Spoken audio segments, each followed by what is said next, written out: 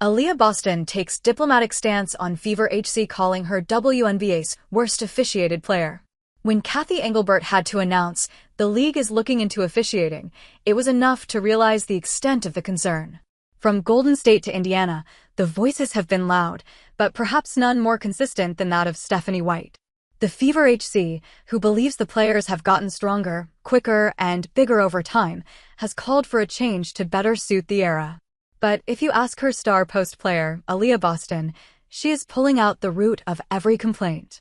The 2023 #1 pick has been holding down the fort for Indiana ever since injuries have plagued the team. Averaging 15 points and 8 rebounds a night, she has been one of the best bigs in the league. But this has meant taking in the pushes and the elbows, which, according to White, have gone uncalled more often than not. It was a physical game, you know. I think there's a double standard in and how people get their calls, she had said after a game against Dallas. I think Aliyah Boston is the worst officiated post player in the league. She never gets a call. But Boston, for her part, has refrained from complaining. Even reacting to her coach's comments on the latest episode of Post Moves with Candace Parker and Aliyah Boston, the center chose to speak for the entire league. I feel like everyone can always be like, oh, everyone's always complaining about the refs.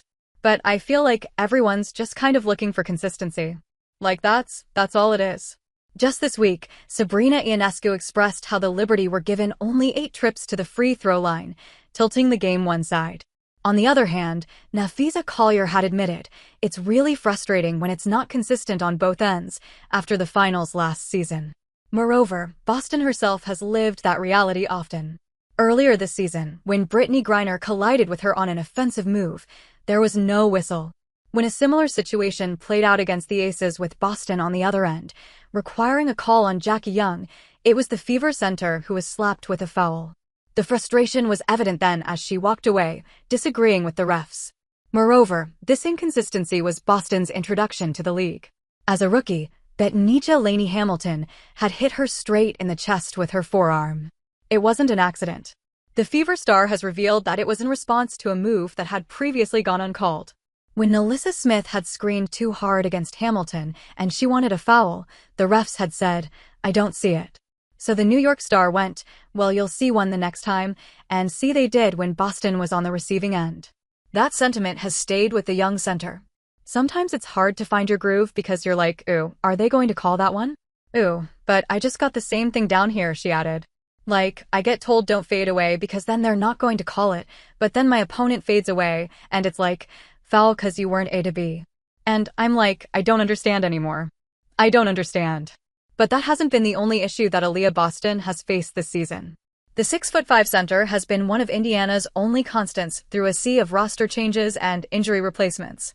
Because of season-ending injuries to Ari McDonald, Sophie Cunningham, and Sydney Colson, the Fever had to recreate their entire backcourt. Let's find out how Boston has been dealing with all the change.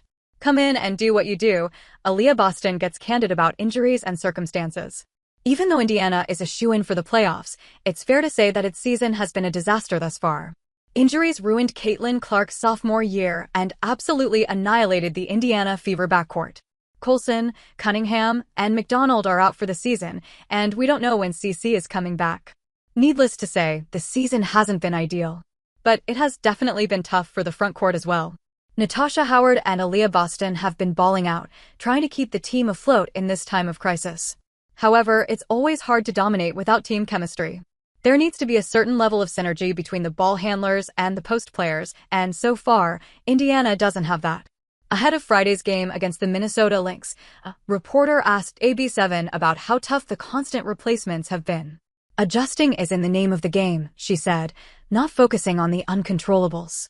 The WNBA All-Star had a pretty simple process to stick to. For me, it's just about continuing to approach every game the same, trying to find out where I can get my touches. Just trying to give us extra possessions. In terms of establishing synergy with new teammates, Aliyah Boston emphasized the importance of early communication and sticking to what you can.